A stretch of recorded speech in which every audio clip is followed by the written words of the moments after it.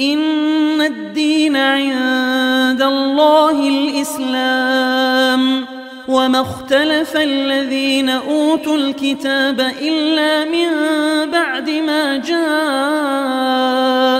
العلم بغيا بينهم ومن يكفر بآيات الله فإن الله سريع الحساب. بسم الله. السلام عليكم ورحمة الله وبركاته. الحمد لله حمدا كثيرا طيبا مباركا فيه كما يحب ربنا ويرضاه. أشهد أن لا إله إلا الله وحده لا شريك له وأشهد أن محمدا عبده ورسوله. اللهم صل وسلم وبارك على هذا النبي الكريم محمد وعلى آله وصحبه أجمعين. قال الله تعالى في القرآن الكريم: يا أيها الذين آمنوا اتقوا الله حق تقاته ولا تموتن إلا وأنتم مسلمون. Ma'asyiral muslimin rahimani wa rahimakumullah. Alhamdulillah, kita kembali bersyukur kepada Allah Subhanahu wa taala atas seluruh nikmat yang sangat banyak yang Allah telah limpahkan kepada kita, terutama kita yang berada di Indonesia ini.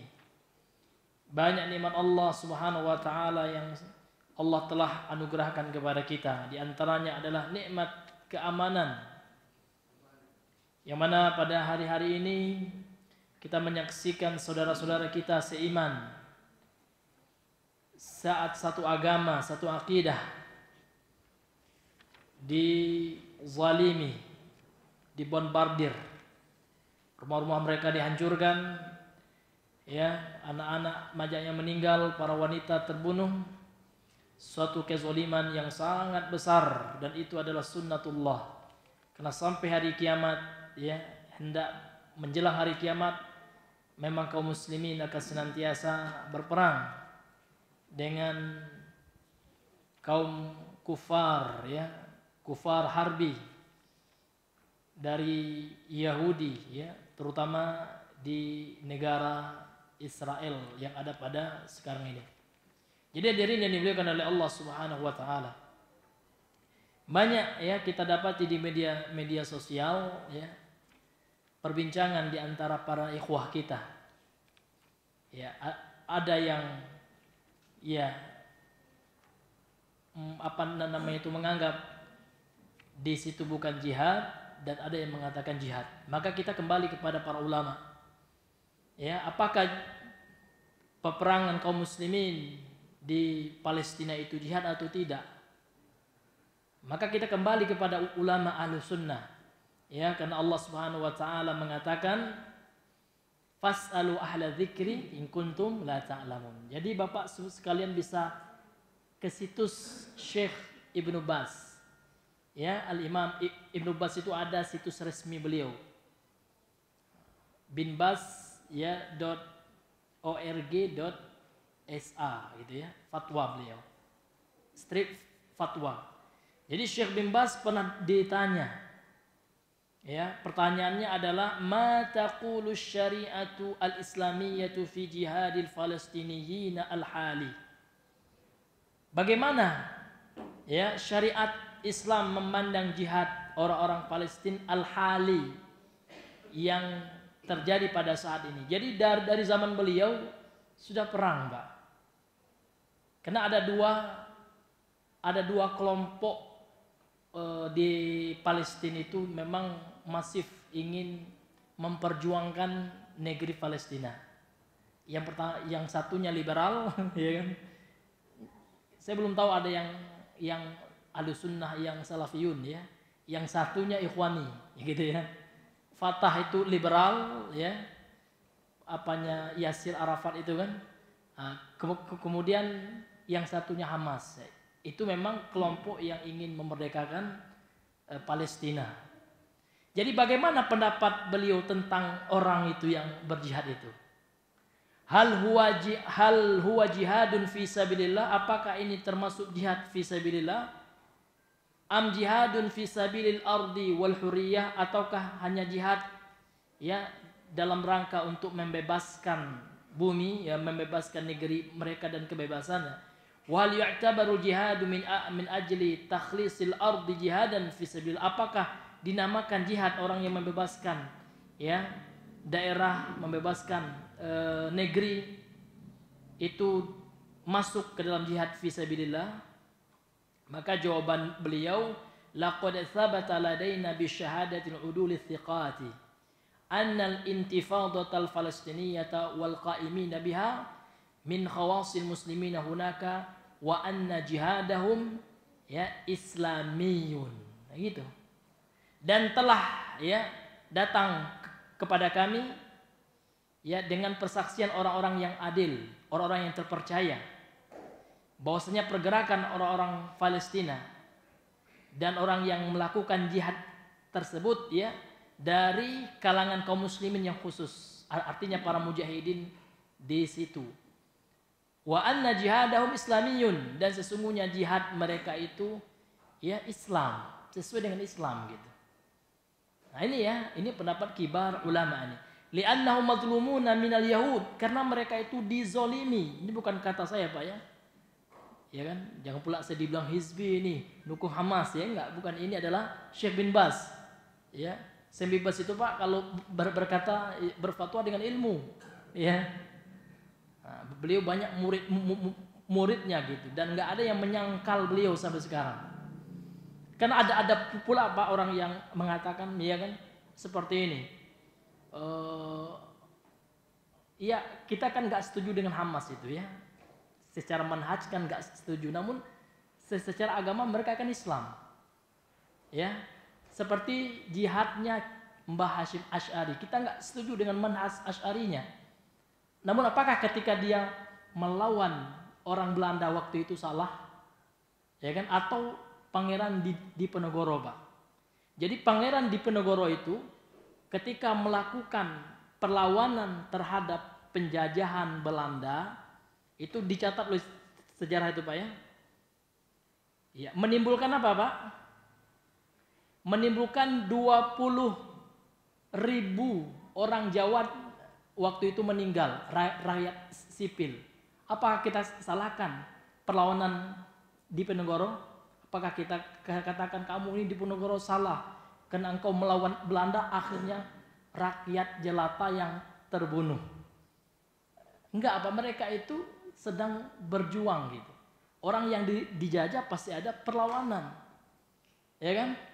Nah, pejuang kita seperti Tengku Umar, ketika mereka berperang secara gerilya melawan penjajah Belanda, pasti Belanda itu ngamuknya ke masyarakat Aceh yang sipil itu Pak. Pasti itu kan? Iya, karena mereka kan sembunyi, habis mereka serang Belanda itu sembunyi. Namun kan nggak kita katakan Tengku Umar itu jahat gini akibat dia melawan Belanda, harusnya dia rela aja dijajah, kan nggak juga. Orang kan lagi berjuang Pak ya. Nah ini, maka sikap kita doakan Pak ya, nggak boleh kita nggak usah kita menyalahkan dalam hal melawan Yahudi itu, ya kan? Nggak apa untungnya gitu, karena orang itu lagi dijajah. Coba seandainya kita ya yang dijajah Pak, ya kan ada pejuang di negara kita itu melakukan perlawanan, kemudian sembunyi seperti itu ya, dan akibatnya apa, yang lain dibom, kan nggak disalahkan juga gitu. Nah ini hadirin yang dimuliakan oleh Allah. Jadi sikap kita memang hari ini bagusnya kita ya diam aja. Ya kita enggak ya mencerca, enggak pula menyalahkan seperti itu. Dan kita menganggap ya bosnya orang Palestina itu tengah terzolimi oleh orang-orang Yahudi gitu. Dan kita doakan gitu. Banyak para ulama Ahlussunnah sekarang kan di Twitternya mendoakan.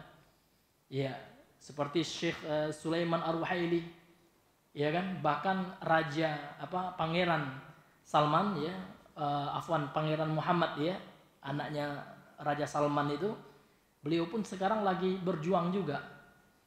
Nah, jadi kita memang tengah-tengah Pak, enggak terlalu gulu ke kiri, enggak gulu ke kanan.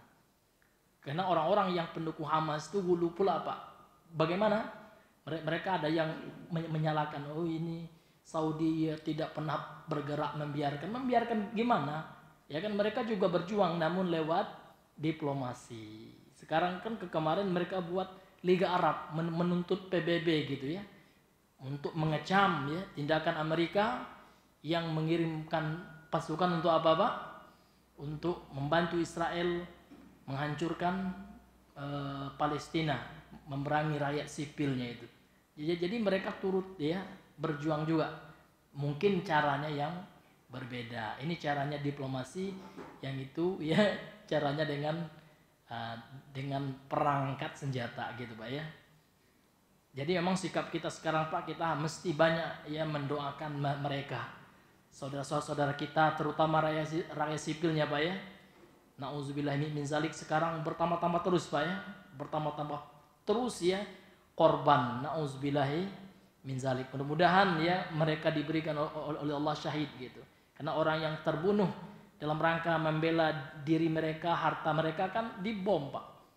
Ya kan rumah itu kan harta mereka, rumah mereka dibombardir gitu. Bayangkan Pak sekarang misalkan kita dibom oleh negara kafir mana gitu kan. Bagaimana susahnya gitu Pak ya. Karena kaum muslimin itu kan diumpamakan oleh Rasulullah itu bagikan satu tubuh. Nah, kalau ada bagian tubuh yang lain sakit, kita mesti merasakan sakit juga. Ada tangan kita sakit ya, yang anggota tubuh yang lainnya akan merasakan sakit juga. Karena Rasul mengatakan seorang muslim itu kal jasadil wahid ya, seperti satu tubuh dan seperti bangunan ya Pak ya, saling menopang ya. Apalagi yang kita hadapi adalah orang-orang kafir ya, dari kalangan Yahudi ya, ini kafir harbi nih Pak ya. Ini hadirin yang dimuliakan oleh Allah Subhanahu wa taala. Mudah-mudahan ya saudara-saudara kita yang di sana ya mendapatkan, yang meninggal nih Pak ya, mendapatkan ya derajat syahid dan diterima amal solehnya oleh Allah Subhanahu wa taala. Amin amin ya rabbal alamin. Dan kita tentu membantu dengan kesanggupan kita Pak ya. Jadi kalau seandainya Bapak-bapak punya harta dan apa gitu ya, ada lembaga yang dipercaya yang bisa menyalurkan bantuan ke situ, enggak apa-apa Pak ya. Iya, kita bantu seperti itu ya, meringankan bencana ya, musibah yang lagi dirasakan oleh saudara-saudara kita yang di Palestina, khusus di jalur Gaza itu. Iya. Baiklah Bapak Ibu yang dirahmati oleh Allah Subhanahu wa taala, itu penggalan aja Pak ya. Ini panjang fatwa beliau. Jadi intinya Syekh bin Baz pernah ditanya tentang perlawanan orang-orang Palestina terhadap orang Israel itu betul ya. Jihad itu termasuk jihad Islami gitu Pak ya.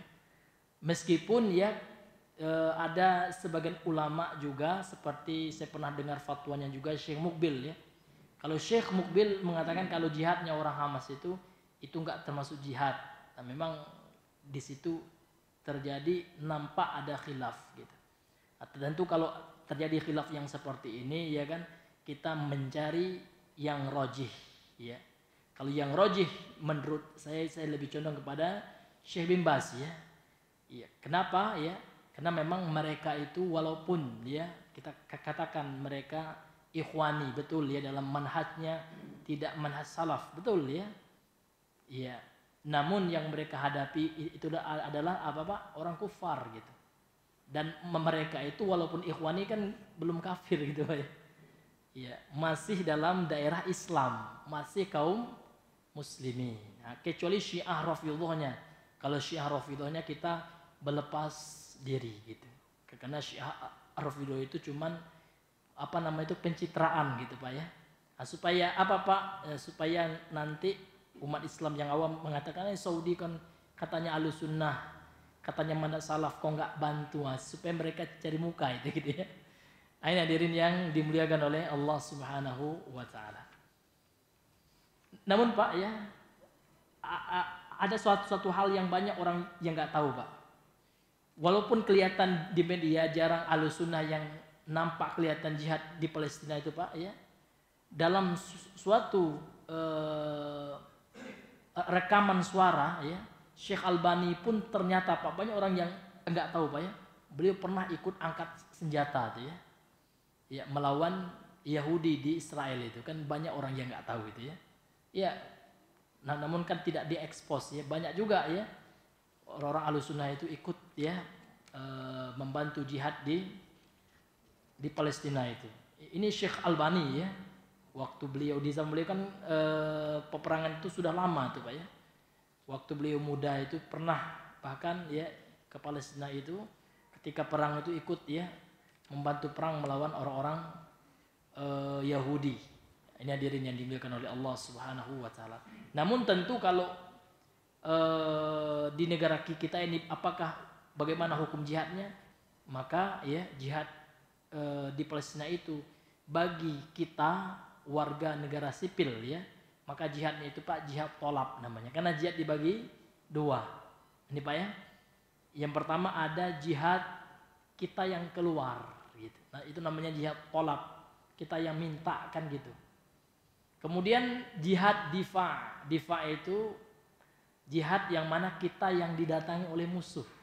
Jadi musuh sudah masuk ke Indonesia nih misalkan Pak ya. Ke Jambi ini sudah turun itu orang-orang kafir yang mau menghancurkan kita ya, ini namanya jihad difa. Kalau jihad tolab maka mestilah harus Pak ya, izin orang tua dan izin pemerintah yang sah. Jadi kalau kita ingin jihad Pak harus ada izin dari Pak Jokowi.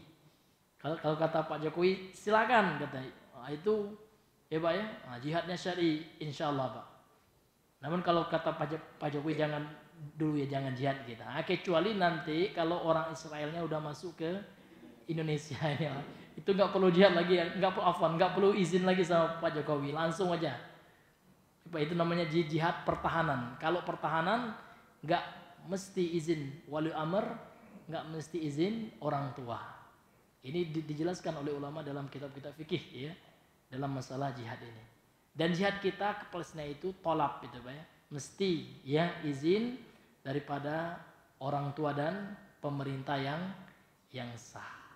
Ya, ini hadirin yang dimuliakan oleh Allah Subhanahu wa taala. Baik, kita melanjutkan sekarang, kita masuk bab yang baru dalam kitab tauhid ini adalah babul la yudbahu lillahi bimakanin yudbahu fi li ghairillah. Bab tidak boleh menyembelih untuk Allah. Ini menyembelih untuk Allah ini Pak ya. Syar'i, sembelihan yang masyru' ini. Bimakanin di tempat yuzbahu fihi li ghairillah. Yang mana di tempat itu disembelih ya selain Allah. Jadi tidak boleh kita menyembelih di tempat yang mana di tempat itu ada syirik gitu. Ada proses penyembelihan untuk selain Allah. Misalkan kita ingin menyembelih di tanah lapang ya Pak ya. Ternyata di tanah lapang itu ada orang yang menumbalkan kepala kerbau gitu ya, buat tolak bala. Itu nggak boleh, haram hukumnya Pak. Kemudian beliau Syekh Muhammad bin Abdul Wahab membawakan dalilnya firman Allah dalam surah At-Taubah ayat 108. Wa qaulillahi ta'ala, dan firman Allah ta'ala, la taqum fihi abada la masjidun ussisa 'ala taqwa min awwali yaumin ahaqqu an taqumu fihi rijalun yuhibbuna an yatatahharu wallahu yuhibbul mutatahhirin. Wallahu yuhibbul mutahhirin. Afwan. Yang artinya la taqum, janganlah ya engkau berdiri, maksudnya sholat gitu ya, di dalamnya selama-lamanya. La masjidun, sungguh masjid, ussisa 'ala taqwa, yang dibangun di atas ketakwaan, min awwali yaumin, pada hari pertama dibangun masjid itu, ahaqqu an taquma fih, lebih layak engkau sholat di dalamnya. Fihi rijalu yuhibbuna ayyatatahharu, di dalamnya ya ada para lelaki yang sangat pingin mensucikan jiwa mereka, diri mereka. Wallahu yuhibbul mutahhirin, dan Allah mencintai orang-orang yang mensucikan diri-diri mereka. Nah, sebenarnya ayat ini ya, asbabun nuzulnya itu adalah larangan untuk sholat di masjid dirar. Karena orang munafik di masa Nabi buat masjid tandingan. Namun tujuannya bukan untuk ketakwaan. Tujuannya bukan untuk mendekatkan diri kepada Allah, namun untuk memecah belah kaum muslimin dan untuk menampung para jasus, para mata-mata kufar dari bangsa Romawi. Ya, mereka akan menyelip masuk masjid itu untuk mencari titik kelemahan kaum muslimin. Sehingga Rasulullah di awalnya menjanjikan, sebelum turun ayat ini Rasul berjanji setelah perang Tabuk ini saya akan sholat di masjid itu, karena Rasul memang orangnya husnuzon, Pak, dan Nabi nggak tahu perkara gaib. Namun setelah selesai perang Tabuk, Nabi ingin sholat, memenuhi undangan orang munafik ini, ingin sholat di masjid itu, turun ayat ini. Wahai Rasul, kata Allah, la taqum fihi abadan. Jangan engkau wahai Muhammad sholat di masjid itu selama-lamanya. Karena masjid itu dibangun tujuannya bukan untuk ketakwaan, namun untuk kemaksiatan, memecah belah kaum muslimin. Mereka mengundangmu untuk pencitraan. Nah, gitu Pak. Ini memang trik orang-orang munafik. Mereka itu suka pencitraan, Pak. Jadi yang suka pencitraan itu ini menyerupai mereka lah, gitu Pak ya. Iya, orang munafik itu ngundang Nabi Muhammad untuk apa? Untuk dapat muka, sehingga diakui masjid itu masjid bagus. Tercapailah keinginannya, gitu ya, untuk apa? Untuk mencari kelemahan umat Islam, untuk memecah belah kaum muslimin. Nah, itulah yang disebut dengan istilah masjid mudarat, gitu ya. Masjid yang menimbulkan kemudaratan, maka disebut dengan istilah masjid dirar. Dirar itu artinya membahayakan. Ini hadirin yang dimuliakan oleh Allah. Kemudian berkata Syekh Shalih Al-Fauzan, pensyarah kitab Al-Mulakhas ini, qala syarih hafizahullah taala, munasabatul babil kitab tauhid. Apa kesesuaian bab ini? Bab tentang enggak boleh menyembelih di tempat yang di tempat itu disembelih selain Allah. Apa kesesuaian bab ini tentang masalah tauhid? Maka beliau menjelaskan annahu tabi'un lil babil ladzi qablahu. Bab ini mengikuti bab yang sebelumnya. Nah, tentang apa itu Bang Ijal bab yang sebelumnya? Tentang apa? Enggak boleh menyembelih kepada selain Allah, termasuk syirik, kan gitu. Li'anna alladzi qablahu, karena bab yang sebelumnya fihi, terdapat di dalamnya bayanu hukmi dzabili ghairillah, penjelasan menyembelih kepada selain Allah. Wa hadzal bab, dan bab ini fihi, di dalamnya menjelaskan man'ul wasilatil musilati ila dzalik, mencegah sarana yang mengantarkan kepada hal itu, yaitu kepada menyembelih selain Allah. Wan man'ut tasyabbuhi bi ahlihi, kemudian dilarang untuk menyerupai orang yang menyembelih kepada selain Allah tersebut. Jadi kenapa dilarang kita menyembelih di tempat yang dimana di tempat itu orang juga menyembelih kepada selain Allah, adalah untuk mencegah sarana, mencegah sebab yang sehingga seseorang itu bisa menyembelih kepada selain Allah, sehingga dilarang. Kemudian yang kedua, supaya tidak menyerupai orang-orang yang menyembelih kepada selain Allah. Karena orang yang menyembelih, orang berbuat syirik menyembelih juga di tempat itu. Nah, kalau kita nyembelih berarti kita menyerupainya, gitu. Itu nggak boleh dalam agama kita.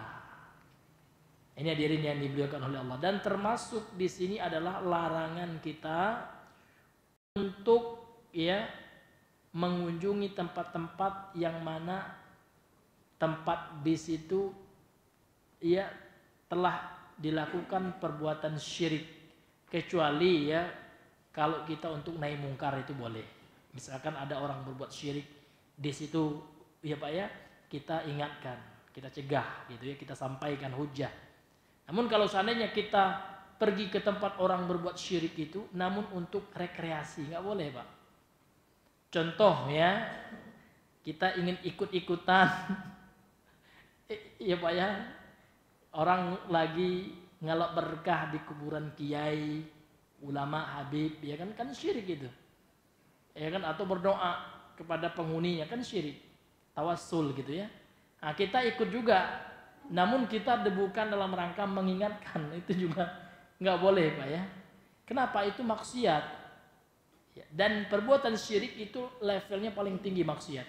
Samalah hukumnya dengan kita pergi Pak ke tempat pantai misalnya, namun di pantai itu maaf ya Pak, orang telanjang berzina, boleh nggak? Nggak boleh, ya kan? Kecuali kita ke situ untuk mengingat orang itu, ya bertobatlah kalian kepada Allah, ini haram ya, ini akan kita berdakwah ya, ingkarul mungkar, itu nggak apa-apa Pak.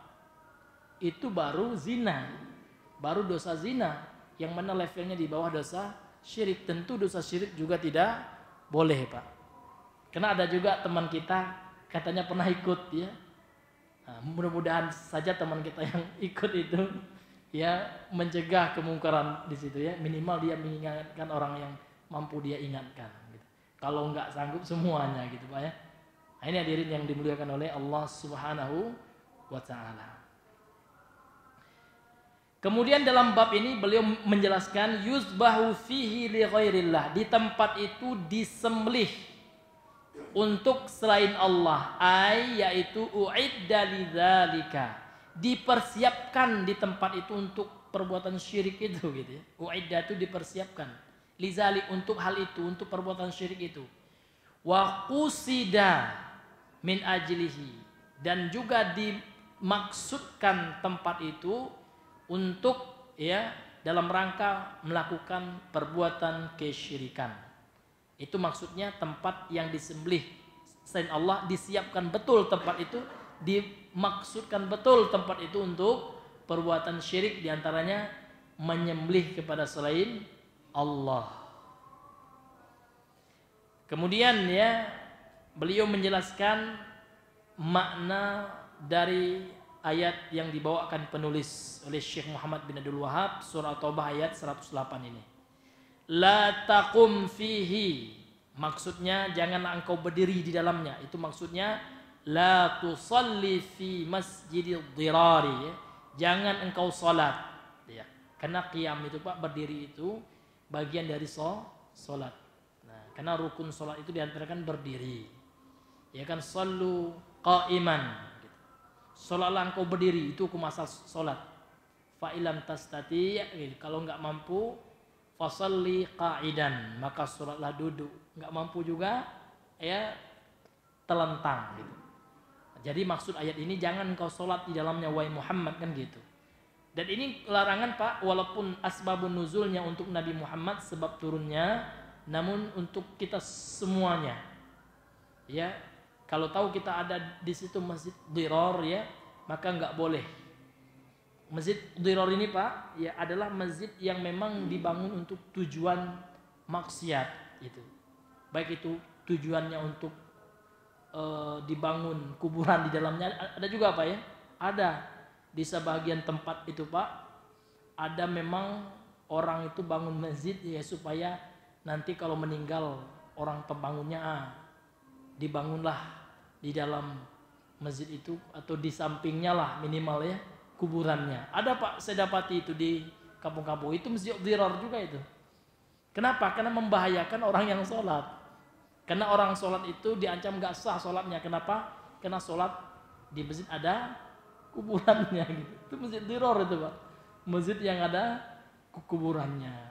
Kemudian ada ya tokoh, na'udzubillah Pak, semoga diberi ampunan oleh Allah dan supaya diberi hidayah gitu ya.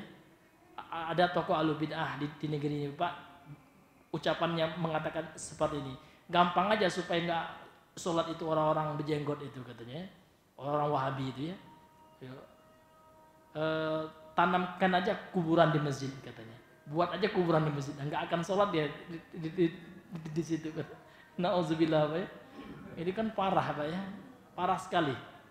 Ya, artinya mereka ingin betul-betul menantang Allah. Padahal kita itu kan nggak sholat di kuburan itu, ya ada masjid, karena Rasul yang melarang. Banyak sekali dalilnya Pak ya. Nabi mengatakan la tusalli ilal kubur, ya. Jangan engkau sholat menghadap kuburan. Ya, maksud di situ ada masjid yang ada kuburannya. Seperti itu. Kemudian Rasul melaknat orang-orang Yahudi, Nasrani gitu ya. Laknatullahi 'alal yahudi wan nasara. Kenapa? Ittakhadhu qubura anbiya'i masajid. Karena mereka membangun di masjid mereka itu kubur gitu ya. Kuburnya kubur para nabi, orang mulia, Pak. Kubur nabi saja ya dibangun masjid ya kan. Ini dilaknat gitu oleh Allah. Apalagi yang di bawah level nabi, Pak ya, kiai atau siapa gitu ya. Ini hadirin yang dimuliakan oleh Allah. Dan tidak ada alasan hujah kalau berdalil dengan Masjid Nabawi, karena Nabi itu meninggal tidak dikuburkan di masjid. Itu yang harus kita garis bawahi, Pak ya. Beliau dikuburkan di mana? Di kamarnya. Karena para nabi itu, Pak, punya syariat khusus. Setiap nabi itu dikuburkan di mana beliau meninggal. Dan qadarullah beliau meninggal di mana? Di rumahnya, di kamarnya, di kamar istrinya. Di kamar rumah beliau dengan istrinya Aisyah radhiyallahu anha. Namun karena perluasan masjid, karena rumahnya di samping masjid ya, maka masuklah ya kuburan Nabi ke Masjid Nabawi. Bukan ya sengaja Nabi mengubur dirinya di masjid. Nah, ini hadirin yang dimuliakan oleh Allah Subhanahu wa taala. Jadi kita kembali kepada syarah beliau ini, la taqum fi, maksudnya la tusalli fi masjid dirar. La masjidin ussisa, sungguh masjid yang dibangun. Ussisa itu maknanya bunia, dibangun ya. Ala taqwa, di atas ketakwaan. Ala ta'atillah, yaitu di atas ketaatan kepada Allah, wa rasulihi, dan di atas ketaatan kepada rasulnya. Itu tentu lebih baik seperti itu.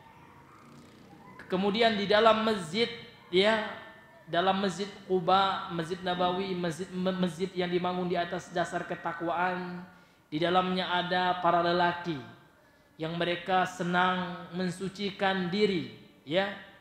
Dan Allah mencintai orang-orang yang mensucikan diri, al-muttahirin ya.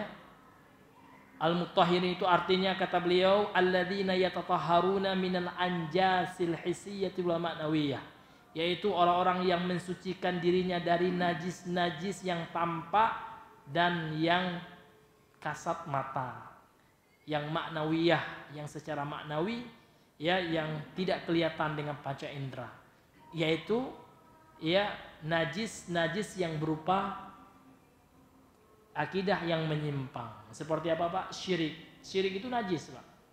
Namun najis maknawi. Kemudian khurafat, keyakinan tahayul, itu juga najis itu. Ini hadirin yang dimuliakan Allah. Jadi dalam masjid itu yang dibangun di atas dasar takwa itu ada laki-laki yang orang-orang yang mereka senang sekali mensucikan diri mereka, baik itu dari najis yang memang tampak seperti najis yang disebutkan dalam syariat kita ya, kotoran manusia gitu ya, kemudian kotoran hewan yang nggak boleh dimakan dagingnya gitu, dan hal-hal yang dinyatakan najis secara syariat, mereka membersihkan diri mereka dari hal itu. Karena Islam itu memang luar biasa ya. Islam itu menyuruh pelakunya untuk suci ya. Dan suci, Pak, pasti bersih gitu. Setiap yang suci itu pasti bersih ya. Dan belum tentu setiap yang bersih itu suci iya. Contoh ya kan, ada orang makan, mau maaf ya Pak ya, daging babi iya, habis makan itu Pak iya, dibersihkannya lah dengan apa, dengan sabun, dengan apa, itu kan bersih gitu, hilang bekas-bekasnya. Namun dalam syariat itu belum dikatakan suci. Kenapa? Karena harus dalam membersihkannya itu ya dengan tanah, harus 7 kali ya. Irsilha sab'an ulahunna biturab ya, salah satunya dengan tanah, ada campuran tanah, harus 7 kali. Seperti itu Pak syariat gitu ya, memerintahkannya. Contoh ya, ada juga orang mau maaf Pak yang melakukan hubungan suami istri, kemudian habis itu mandi dia, namun pas mandi itu Pak nggak ada niat ngangkat hadas besar, kita katakan dia nggak suci walaupun udah bersih, ya kan? Iya, dia sudah pakai sabun, ya, bekas-bekas itu semua sudah hilang. Namun ketika mandi nggak ada niat ngangkat hadas besar, liraf'i hadasil akbar. Maka kita katakan dia nggak suci itu, walaupun sudah bersih kan gitu. Makanya kaidah itu saya mendukung itu Pak ya. Setiap yang suci itu bersih dan tidak semua yang bersih itu suci. Nah, ini Pak ya. Mesti ya diniatkan ngangkat hadas besar barulah ya ketika mandi hadasnya itu hilang. Ini hadirin yang dimuliakan oleh Allah Subhanahu wa taala. Kemudian Syekh Shalih Al Fauzan melanjutkan al-ma'nal ijmaliyu lil ayah. Makna global dari ayat ini. Ayat surat apa, Pak? At-Taubah ayat 108. Apa makna globalnya? Yanhallahu subhanahu wa ta'ala rasulahu. Allah melarang subhanahu wa ta'ala. Allah subhanahu wa ta'ala melarang Rasulnya sallallahu alaihi wasallam anis salati fi masjid dirar. Ya, salat di masjid dirar. Alladzi banahul munafiqun. Yang mana masjid ini telah dibangun oleh orang-orang munafik. Madaratan, ya. Namun mereka membangunnya tujuannya adalah untuk memberikan madarat, ya.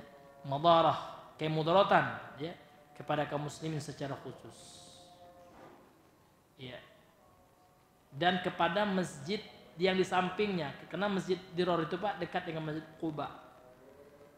Madaratan li masjid Quba, ya, untuk memberikan bahaya kepada masjid Quba, memecah belah jamaah, ya, wa kufran billahi wa rasulihi, dan tujuannya adalah untuk ya kekufuran ya kepada Allah dan Rasulnya sallallahu alaihi wasallam.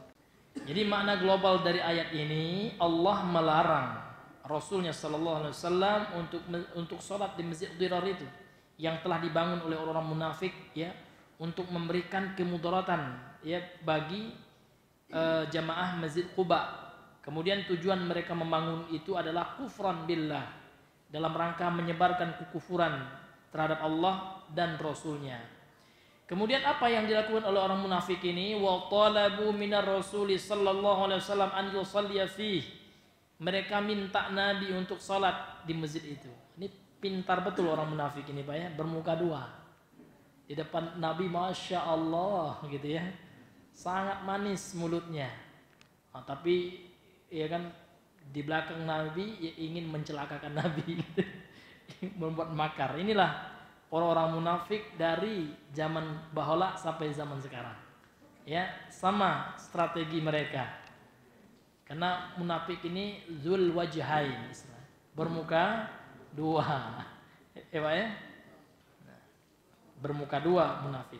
Dan yang orang yang ada sifat-sifat munafiknya juga seperti itu. Ya, bermuka dua. Iya kan?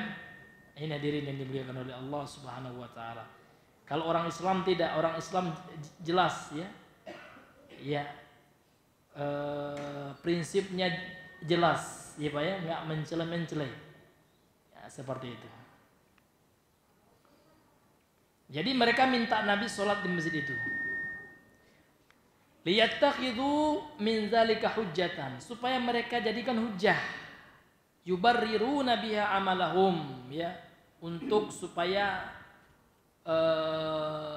menjadi ya dalil perbuatan mereka, ya Pak, supaya mencari hujjah gitu. Bahwasanya apa yang mereka buat masjid itu bagus, kenapa Nabi aja sholat di situ kan gitu. Seperti itu Pak ya. Wa yasturuna biha batilahum, dan untuk menyembunyikan ya kebatilan mereka. Fawadahum sallallahu alaihi wasallam yaf'ala ma talabu. Nabi berjanji gitu, an yaf'ala ma talabu, untuk melakukan apa yang mereka minta. Nabi berjanji, ya saya akan sholat di situ gitu. Walam ya'lam, dan Nabi belum mengetahui qasdahumus sayyi, ya, tujuan mereka yang busuk, ya, tujuan mereka yang jelek itu. Niat mereka Nabi belum tahu gitu.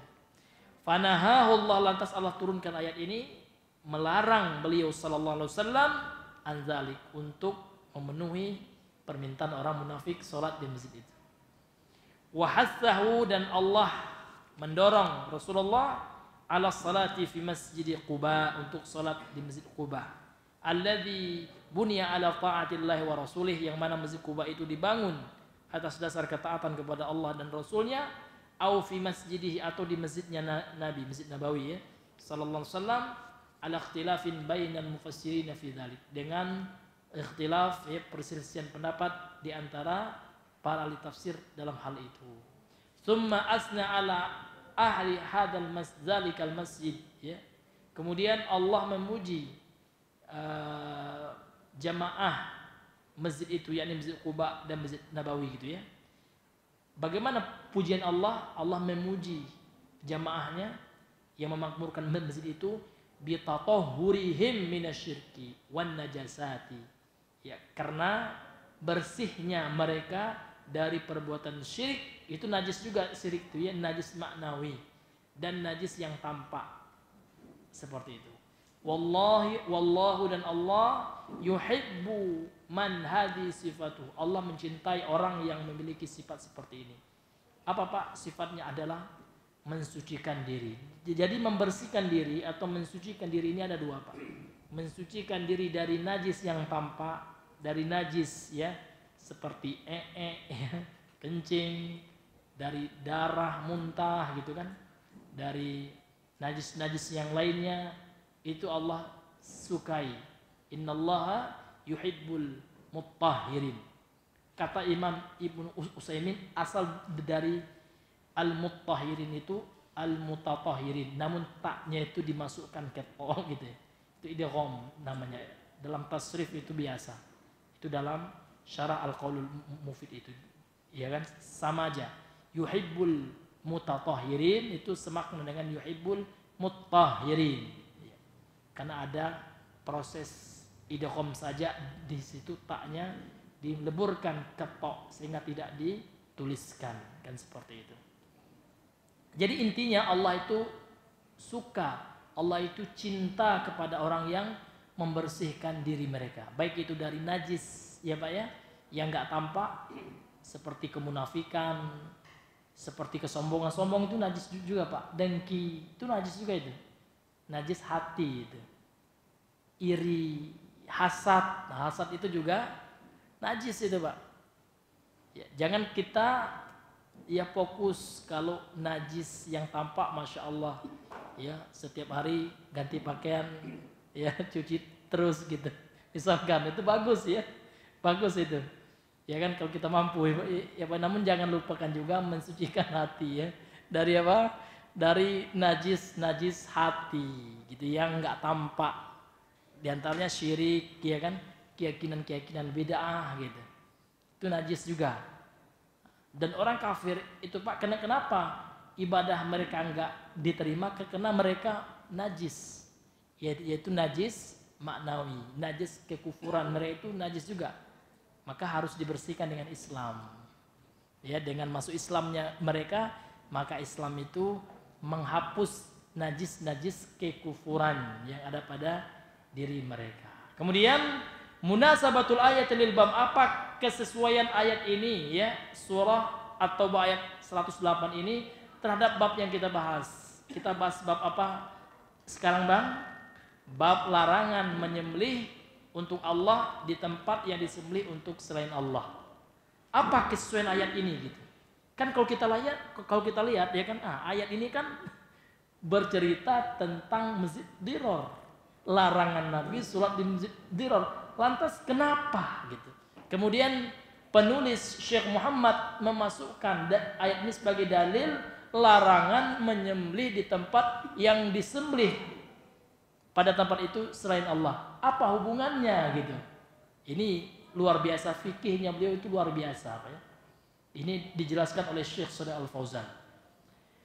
Munasabatul ayat lil bab hiya qiyasul amkinatil muaddati li dzabhi li ghairillahi 'alal masjidil ladzi u'idda li ma'siyatillahi fi man ibadatillahi fihi. Ini luar biasa. Di sini kias. Jadi beliau mengkiaskan tempat-tempat yang disediakan, yang dipersiapkan untuk menyembelih kepada selain Allah, beliau kiaskan dengan masjid, yang mana masjid itu disiapkan untuk maksiat kepada Allah, maka Allah larang sholat di masjid itu. Ya, Allah larang ibadah di masjid itu. Jadi beliau kiaskan. Jadi dalam ayat ini kan larangan sholat di masjid diror. Kenapa? Apa alasannya gitu? Kenapa Nabi Allah larang? Karena masjid diror itu di dalamnya itu ada maksiat kepada Allah.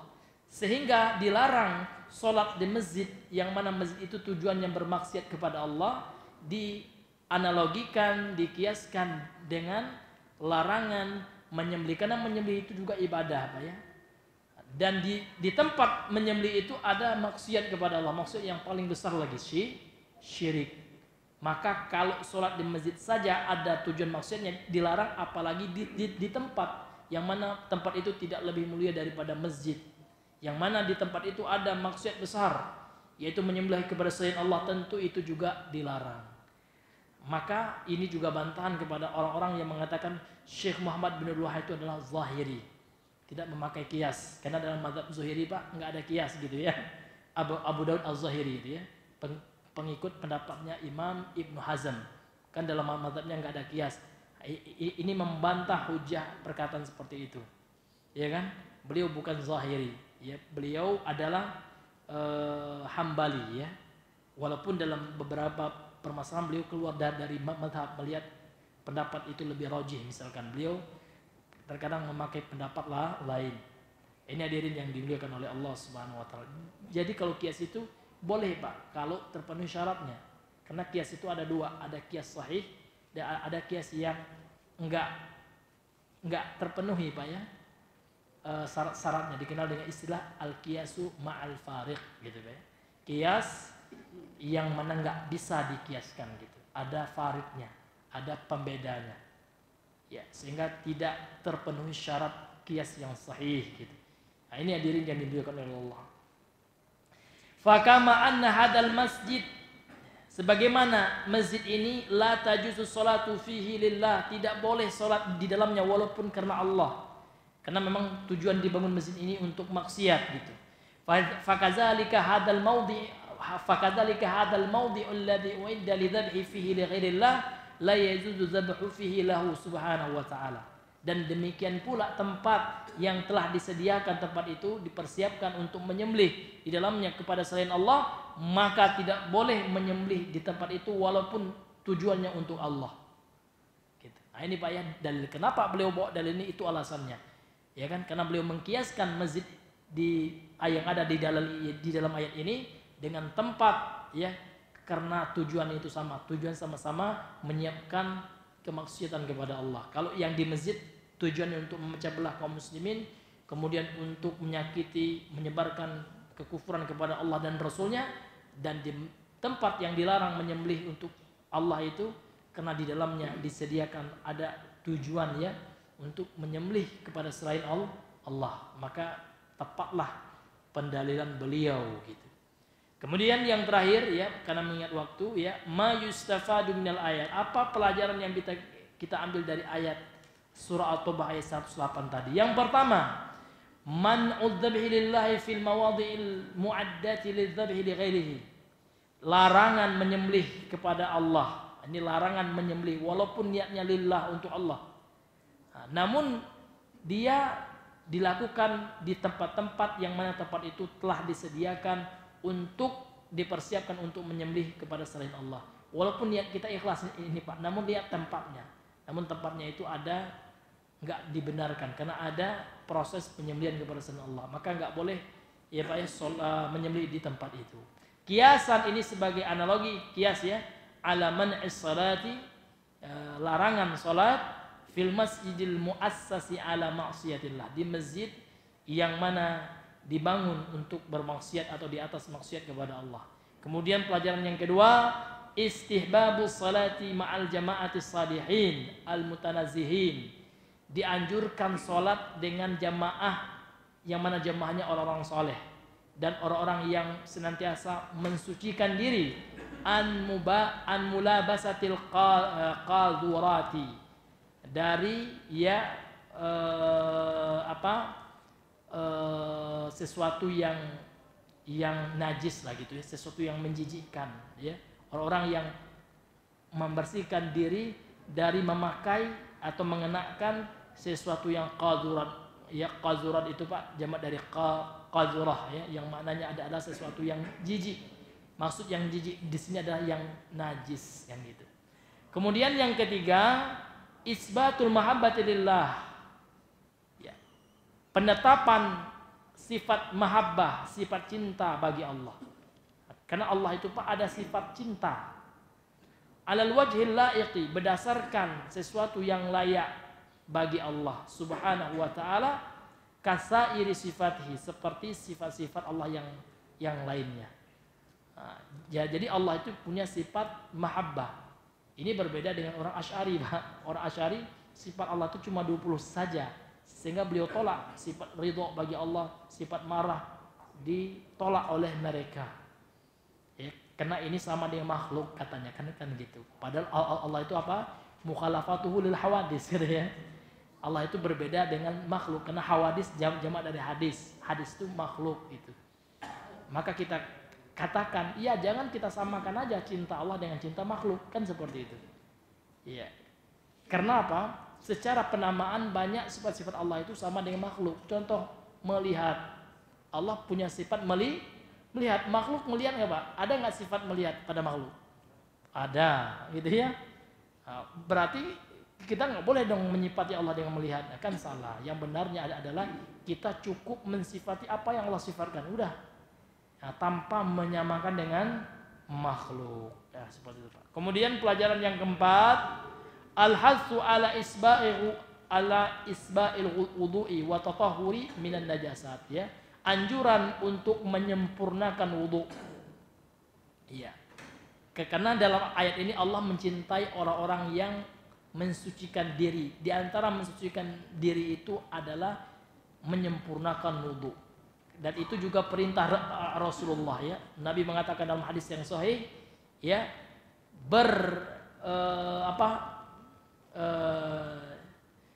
berusahalah kalian, bersungguh-sungguhlah kalian ya dalam berwudu, dalam menyempurnakan wudu ya. Illa an takuna sha'ima, kecuali kalian lagi berpuasa, kan seperti itu. Kemudian ya yang kelima, annan niyata tu'athiru fil baqa ya. Sesungguhnya niat itu berpengaruh pada tempat. Jadi boleh enggak bolehnya suatu tempat untuk kita jadikan untuk beribadah di tempat itu dipengaruhi oleh niat orang yang melakukan aktivitas di tempat itu. Kalau niat orang itu untuk maksiat, maka enggak boleh ya kita beribadah di tempat itu. Contohnya ibadah menyembelih. Kalau orang yang datang ke situ ada niat, saya niat ke situ untuk ya menyembelih kepada selain Allah atau buat kesyirikan yang lainnya, maka enggak boleh Pak ya. Karena niat itu ternyata berpengaruh pada tempat. Kemudian yang keenam, masyru'iyatu saddidz dzara'i al-mufdiyati ila syirk. Disyariatkannya ya menutup segala jalan, segala sebab yang mengantarkan kepada kesyirikan. Jadi kita dianjurkan untuk ya menghilangkan seluruh sarana yang bisa mengantarkan ke dalam perbuatan syirik. Sehingga dilarang oleh Allah melukis. Itu Pak. Dilarang melukis makhluk bernyawa. Dilarang membuat patung, haram hukum dalam Islam. Kenapa? Karena itu bisa menjadi wasilah perantara yang mengantarkan kepada perbuatan syirik dan pernah terjadi dalam sejarah umat manusia. Sudah terjadi pada masa kaum Nabi Nuh gitu. Ini tafsirnya ma'ruf ya. Dalam surah Nuh itu kita bisa baca di tafsir Ibnu Katsir, beliau bawakan perkataan Imam Ibnu Abbas ya. Tafsir-tafsir bil ma'sur yang lainnya. Bahwasanya ketika orang-orang soleh di masa Nabi Nuh itu Pak meninggal, kaumnya buatlah lukisannya awalnya Pak ya. Dilukis untuk apa? Mengenang jasa pahlawan lah orang soleh. Kemudian habis itu buat patung. Itu belum disembah Pak, belum. Namun setelah meninggal generasi yang paham tauhid ya, ratusan tahun setelahnya muncullah generasi yang nggak paham tauhid. Kemudian syaitan terus membisikkan untuk berbuat syirik, akhirnya apa? Yang tadinya hanya sekedar untuk